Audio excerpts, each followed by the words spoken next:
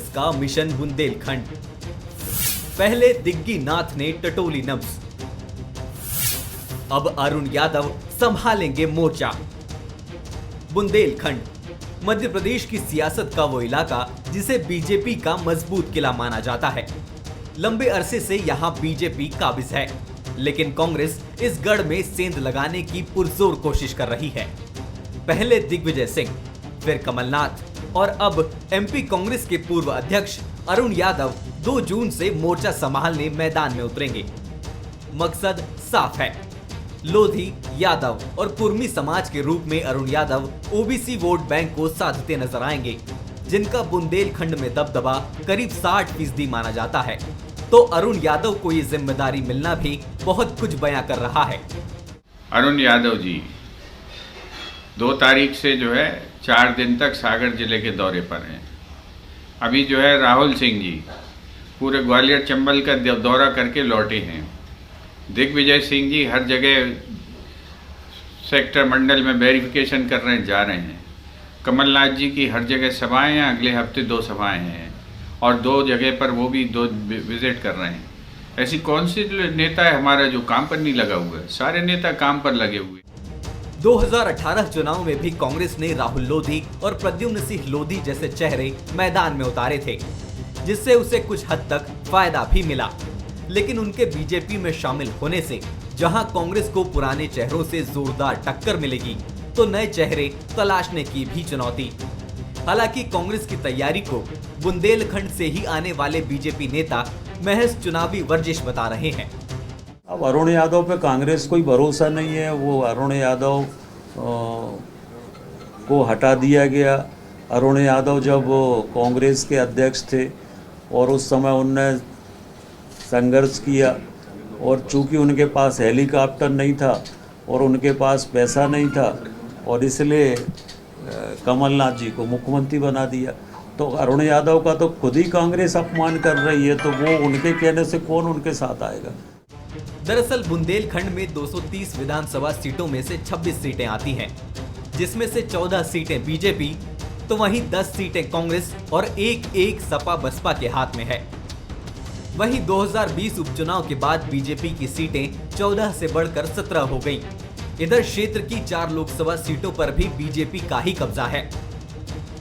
यानी साफ है कि इन समीकरणों के साथ बीजेपी मजबूत स्थिति में है, लेकिन कांग्रेस भी अपनी पूरी ताकत से जुटी है और यादव वोटर्स के जरिए समीकरण अपने फेवर में करना चाहती है। अब नतीजे क्या होंगे ये तो आने वाला वक्त बताएगा, लेकिन बुंदेलखंड में नए समीकरण और नई सियासत जरूर देखने को मिलेगी। बंसल न्यूज के सवाल नंबर 1, बीजेपी के दिग्गजों के सामने कांग्रेस असर दिखा पाएगी? सवाल नंबर 2, ओबीसी वोट को साधने किस रणनीति पर काम करेगी कांग्रेस? सवाल नंबर 3, क्या 2020 उपचुनाव का असर भी देखने को मिलेगा? नमस्कार, मैं हूं शरद द्विवेदी और हमारा आज का मुद्दा है मिशन बुंदेलखंड। जी हां, मिशन बुंदेलखंड शुरू हो गया है और सबसे महत्वपूर्ण बात है कि कांग्रेस इस मिशन पर अपने उस नेता को लगाया है, अरुण यादव जी को।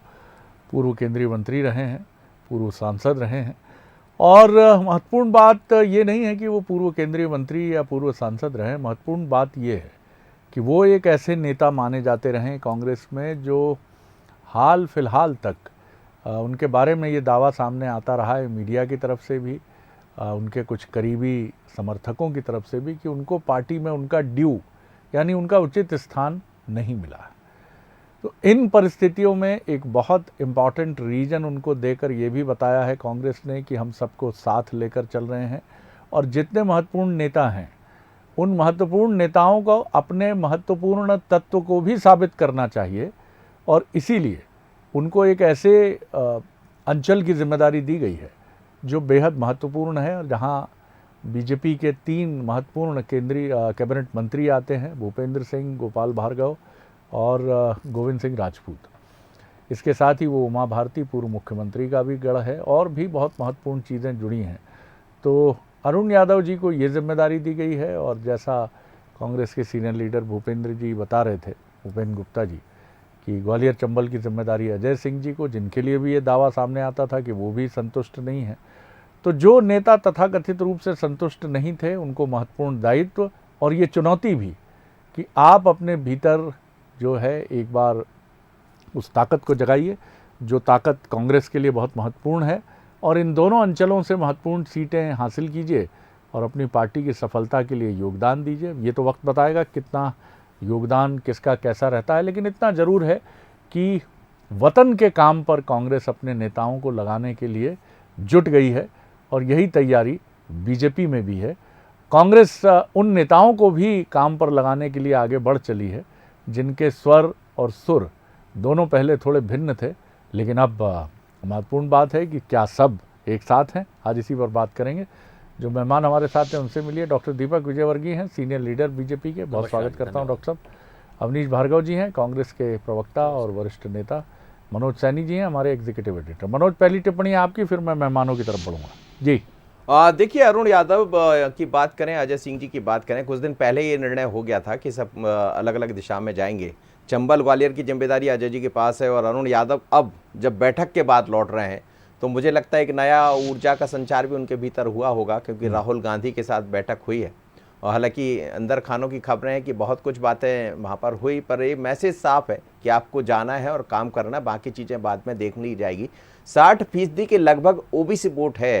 यदि हम बुंदेलखंड की बात करते हैं तो एक बड़ा वर्ग है और ओबीसी के सबसे ज़्यादा चेहरे यदि हम देखें, चाहे भूपेंद्र सिंह जी हो या कमल पटेल या खुद शिवराज सिंह चौहान, भारतीय जनता पार्टी के पास है। और कांग्रेस के पास जो सबसे बड़ा चेहरा दिखाई देता है वो अरुण यादव का चेहरा है। तो उसी जातिगत समीकरणों के आधार पर अरुण यादव जी को ये जिम्मेदारी सौंपी गई। लेकिन इसमें एक सवाल जरूर सामने उठेगा और बीजेपी को शायद मौका भी मिलेगा कि निमाड़ और फिर बाकी जो स्थान है मालवा का, उसका क्या होगा, क्योंकि अरुण यादव उस क्षेत्र में अच्छी अपनी पकड़ रखते हैं। या फिर अजय सिंह जी की बात हम करें तो वो विंध्य में अपनी अच्छी पकड़ रखते हैं। तो इसको लेकर एक राजनीति जरूर गरमाएगी शरद जी, लेकिन जातिगत समीकरणों के आधार पर दोनों ही दल, चाहे भारतीय जनता पार्टी की बात करें या कांग्रेस की, पिछली बार 26 में से 17 सीटें भारतीय जनता पार्टी के पास है और करीब 10 सीटें कांग्रेस के पास है। बीच में उपचुनाव हुए तो उसमें भी एक सीट दमोह की चली गई कांग्रेस के पास और एक भारतीय जनता पार्टी के पास आ गई थी। तो जातिगत समीकरणों के आधार पर वहाँ के समीकरण बदलते रहे, इसलिए दोनों दल अपने अपने तरीके से काम कर रहे हैं। लेकिन अरुण यादव की भूमिका जैसे ही 2 तारीख को जाएंगे तो समझ आएगा। चलिए, डॉक्टर दीपक विजयवर्गीय जी, कांग्रेस ने अपने नेताओं को काम पर लगाना शुरू कर दिया है। आपके यहाँ भी प्रक्रिया चल रही है, लेकिन अभी विधिवत, अभी मुझे लग रहा है कि रणनीति बन रही है। मुलाकातें हो रही हैं ग्वालियर में, भोपाल में, और दायित्व देने की चर्चा भी है कि कैलाश विजयवर्गीय जी को मालवा निर्माण में महत्वपूर्ण जिम्मेदारी, जयभान सिंह पवैया, प्रभात झा जी को ग्वालियर चंबल में जिम्मेदारी मिल सकती है। इसी तरह से और रीजन्स की भी हम बात करें तो वहाँ भी महत्वपूर्ण दायित्व मिल सकते हैं। बड़ा ये वक्त बताएगा। उमा जी के लिए भी बुंदेलखंड उनका एक बहुत प्रिय अंचल है। आप पहले तो अपनी प्रतिद्वंदी पार्टी की इन तैयारियों को कैसे देखते हैं, फिर आपकी तैयारियाँ? देखिए, पहली बात तो ये है कि कांग्रेस की ये जो कथित तैयारियां हैं, ये भारतीय जनता पार्टी की तैयारियों के सामने कहीं नहीं ठहरती हैं। कांग्रेस पार्टी तो अभी बुंदेलखंड की करीब 30 सीटों पर कौन प्रभारी हो ये तय करने की कोशिश कर रही है या ये तय कर रही है। भारतीय जनता पार्टी तो साल भर पहले 40 वोटरों के ऊपर कौन प्रभारी हो ये तय कर चुकी है। इस हिसाब से हम करीब 7-8 लाख प्रभारी तो पहले तय कर चुके हैं। और कांग्रेस पार्टी ने जो प्रभारी तय किए हैं, चाहे वो अजय सिंह राहुल जी हों, चाहे वो अरुण यादव जी हों, असल में इसका उद्देश्य प्रभारी बनाना नहीं है। इसका उद्देश्य इन सारे नेताओं को अपने अपने अंचलों से हटाकर इनको आधार विहीन बनाना है और इसके लिए लंबे समय से नाराज़गी चल रही है। आपको ध्यान होगा कि जब राहुल गांधी जी की यात्रा आई थी तो उसके हफ्ते 10 दिन पहले अरुण यादव जी को जिम्मेदारियां जो निमाड़ में दी गई थी वापस ले ली गई और किसी और को सौंप दी गई। तो निश्चित तौर पर अरुण यादव जी का अपमान था और उन पर अविश्वास है, ये स्थायी मतलब ये संकेत था। दूसरी बात, विंध्य की करें हम तो विंध्य में जो अजय सिंह जी हैं, राहुल जी हैं, वो लगातार नाराज़ चल रहे हैं। नाराज़ इसलिए नहीं चल रहे हैं कि वो हार गए हैं, उनको कोई भूमिका नहीं मिली। नाराज़ इसलिए चल रहे हैं कि उनके जो राजनीति में घोर दुश्मन माने जाते हैं पार्टी में, चौधरी राकेश सिंह जी को विंध्य का प्रभारी बना दिया गया है। अब जो अजय सिंह जी हैं, जो पिछले खुद तो समझते हैं, खुद या उनके पिताजी पिछले 50-60 साल से विंध्य की राजनीति को नियंत्रित करते थे कांग्रेस पार्टी की, उनके ऊपर ऐसे व्यक्ति को बिठा दिया गया है जो उनको फूटिया को नहीं सुहाता है, या वो भी इनको फूटिया को नहीं सुहाते हैं। तो ऐसी स्थिति में यहाँ का प्रभारी बना देना या वहाँ का प्रभारी बना देना कांग्रेस का, ये पत्ते फेंटने जैसी बात है। और ये प्रभारी बनाने की बात नहीं है, नेताओं को ठिकाने लगाने की प्रक्रिया है। रावनी जी, कांग्रेस की इस महत्वपूर्ण दायित्व पद्धति को बीजेपी नेताओं को ठिकाने लगाने की रणनीति के तौर पर देख रही है। बहरहाल ये बीजेपी का नज़रिया है। आप क्या कहेंगे? अरुण जी पार्टी के काम में लग गए हैं, अजय सिंह जी ग्वालियर चंबल में चले गए हैं, तमाम चीज़ें चल रही हैं और उस पर बीजेपी की चुटकी आपने सुनी ली है। जी देखिए शरद जी, बीजेपी कांग्रेस पे तो चुटकी ले रही है, कांग्रेस का विश्लेषण भी कर रहे हैं दीपक जी, लेकिन भारतीय जनता पार्टी के अंदर खाने में क्या चल रहा है ये सबको समझना चाहिए। मुख्यमंत्री और अध्यक्ष को लेकर कितनी कंट्रोवर्सी चल रही है, इनके नेता क्या कह रहे हैं। दीपक जोशी ने पार्टी छोड़ी दी है, सत्यनारायण सत्तन ने पहले ही घोषणा कर दी थी कि कर्नाटक में क्या होने वाला है, तो रघुनंदन शर्मा जी लगातार असंतोष में चल रहे हैं। तो मध्य प्रदेश में कांग्रेस के लिए ही ज़रूरी नहीं है, कांग्रेस हाईकमान के लिए और मध्य प्रदेश की जनता के लिए परिवर्तन बहुत ज़रूरी है। जिस तरीके से भ्रष्टाचार, बेरोजगारी, लोकतांत्रिक तरीके से जिस तरीके से सरकार को गिराया, प्रजातंत्र के मूल्यों को जिस तरह के अवमूल्यन मध्य प्रदेश में, उन सब बातों को लेकर कांग्रेस हाईकमान खासतौर से राहुल गांधी जी मध्य प्रदेश की जनता के साथ खड़े हैं। और जिस परिवर्तन, बहुत बड़ा परिवर्तन मध्य प्रदेश में 2023 में होने वाला है, उसका आकलन कांग्रेस भी कर रही है और जनता के साथ खड़ी है। बात अरुण यादव जी के बुंदेलखंड के दौरे में सिर्फ ओबीसी वोट बैंक साधने की कोशिश नहीं है, मैं कह सकता हूँ पूरे मध्य प्रदेश की जनता को साधने की कोशिश है। जनता कांग्रेस के जिस तरीके से साथ में आ रही है और भारतीय जनता पार्टी के खिलाफ जिस तरीके से लोग गए हैं, खासतौर से भारतीय जनता पार्टी का धरातल का कार्यकर्ता भारतीय जनता पार्टी से बहुत ज़्यादा नाराज़ है। वो सब चाहता है परिवर्तन, जनता भी चाहती है परिवर्तन। भ्रष्टाचार का आपने देख ही लिया है किस तरीके से महाकाल लोक में जिस तरीके से सप्तऋषि की मूर्तियों के साथ भ्रष्टाचार 700 करोड़ का घोटाला सामने आया, एक के बाद एक मध्य प्रदेश में जमीनी धरातल पे भी घोटाले हो रहे हैं। इन सब बातों को लेके कांग्रेस पार्टी की निश्चित तौर पे तैयारी और कई लेयर पे तैयारी। एआईसीसी के सेक्रेटरी कांग्रेस हाईकमान ने अलग लगाए, एआईसीसी के ऑब्जर्वर अलग लगाए, मध्य प्रदेश के जिले के प्रभारी अलग लगे, मध्य प्रदेश में नेताओं को अलग अलग जिम्मेदारी दी गई है। जैसे मैं सागर जिले का प्रभारी हूँ तो वहाँ सागर संभाग के प्रभारी हमारे अरुण यादव जी हैं, एआईसीसी के सेक्रेटरी वहाँ सीपी मित्तल जी देख रहे थे। तो निश्चित तौर पे एक के बाद एक, और वहाँ पे प्रदीप टमटा जी उत्तराखंड के प्रदेश अध्यक्ष वो देख रहे हैं। सभी लेयर पे बराबर तैयारी है और कांग्रेस में मैं कह सकता हूँ, आप ये कह रहे हैं बूथ तक के प्रभारी हैं, 2018 में भारतीय जनता पार्टी का संगठन बहुत मजबूत था, किस तरीके से उखड़ के गया ये सब आपने देखा। 2023 में बहुत बड़ी आंधी और सुनामी चलने वाली है। भारतीय जनता पार्टी को एहसास हो जाएगा कि इनने कितने बूथ प्रभारी बनाए थे, कितने पन्ना प्रभारी बनाए थे। जनता के साथ खड़े होने की कांग्रेस पार्टी को आवश्यकता है और उस काम में हम निश्चित तौर पे लगे हुए हैं। जनता का भरपूर जन समर्थन मिल रहा है। मुझे लगता है कि इसमें किसी तरीके से भारतीय जनता पार्टी को चिंतित होने की जरूरत नहीं। भारतीय जनता पार्टी को चिंतित होने की जरूरत है तो ज्योतिराज सिंधिया के टिप्पणों का क्या होगा, कैलाश विजयवर्गीय जी का क्या होगा, उमा भारती क्या कर रही हैं और क्या होने वाला बुंदेलखंड में, निश्चित तौर पर दोनों ही पार्टियों के माननीय हमारे साथियों के वक्तव्य को हम सभी ने सुना। मैं ये निरंतर देख रहा हूँ और आप भी अनुभव कर रहे होंगे और राजनीतिक समीक्षक भी देख रहे हैं कि दोनों ही पार्टियाँ अभी भी अपने एजेंडा पर कम बात करती हैं और एक दूसरे की कमजोरियों को रेखांकित करते हुए उससे लाभ उठाने की बात करती है।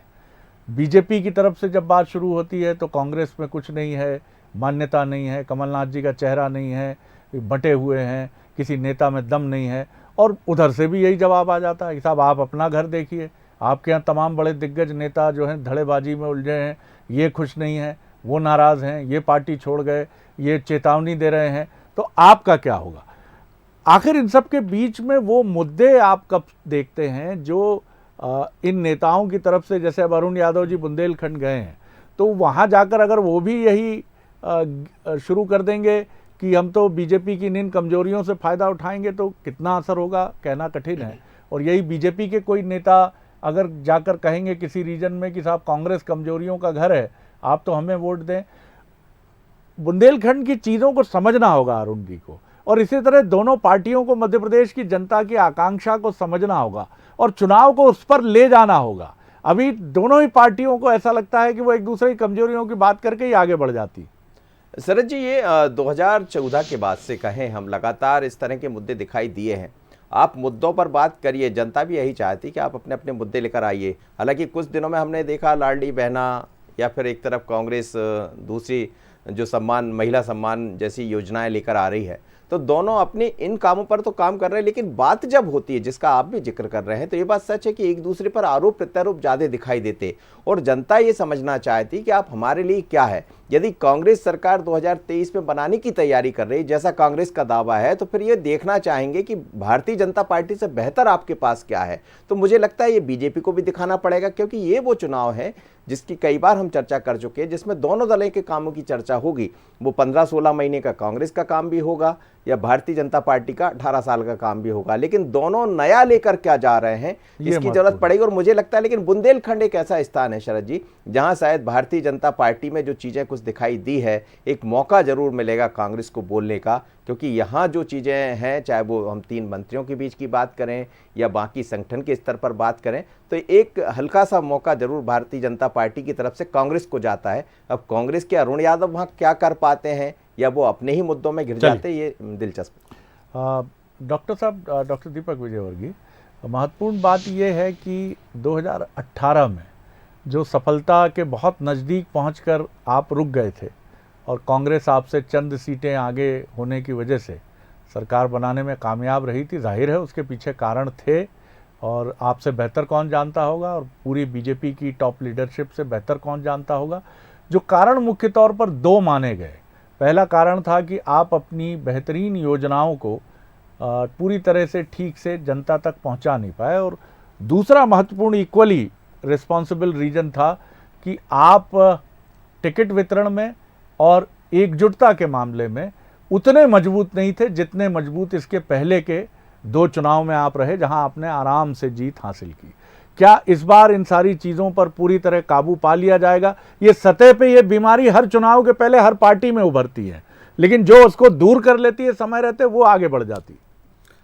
शरद जी, मैं समझता हूं कि आपका अपना आकलन हो सकता है, लेकिन 2018 में जो पार्टी कुछ सीटों पर पीछे रह गई थी, उसकी वजह कांग्रेस पार्टी के झूठे वादे थे और भ्रमित करने की कोशिश थी।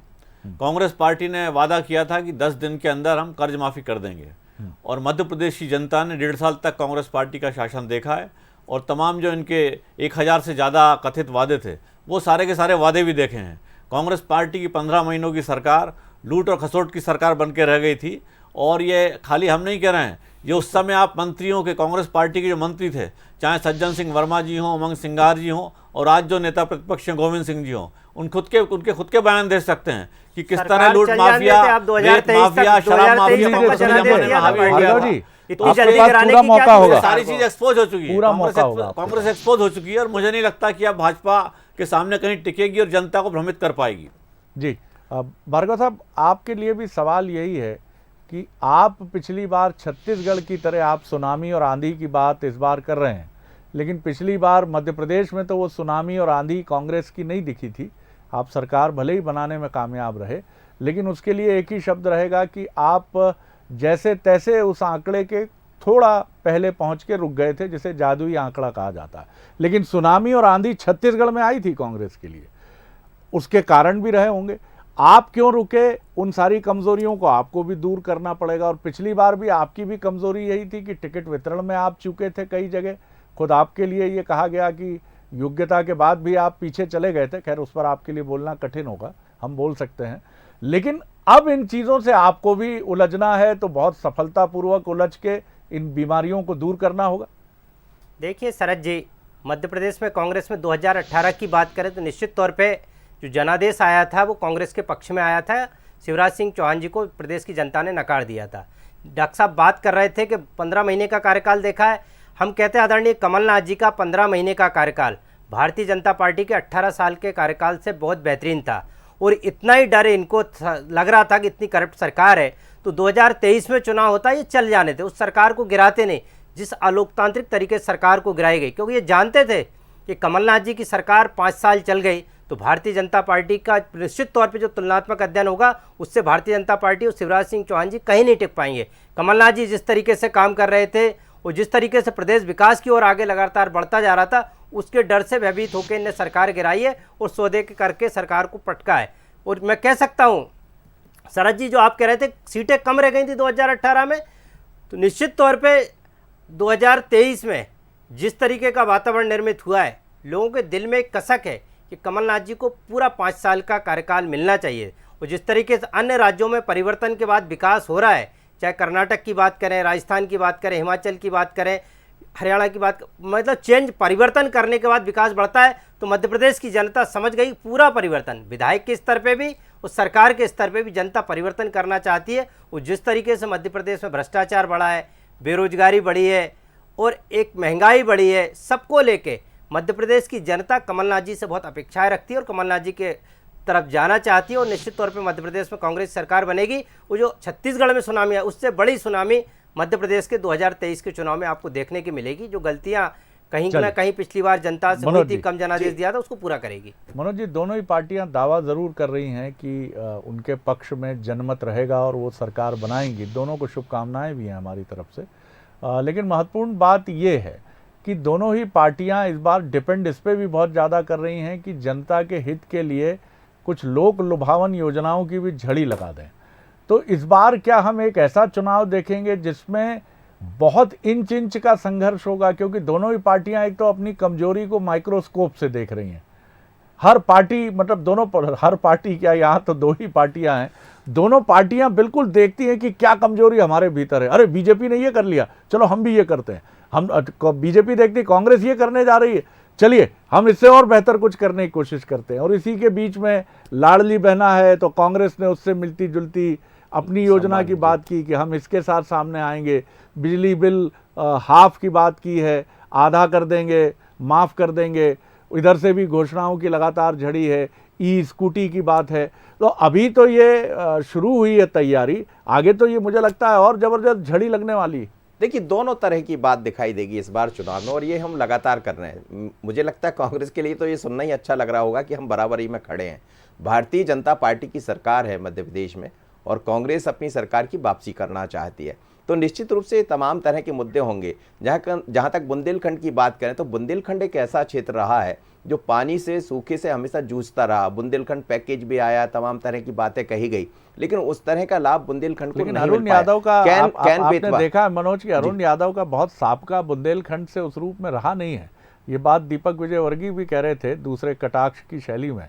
लेकिन क्या बुंदेलखंड, क्योंकि वो आंचलिक एक क्षेत्र है, वहाँ अंचल का तत्व काफ़ी महत्वपूर्ण होता है, तो एक बड़ी चुनौती भी है अरुण जी के लिए। निश्चित रूप से रहेगी शरद जी। देखिए, वो जितना निमाड़ को समझ पाए।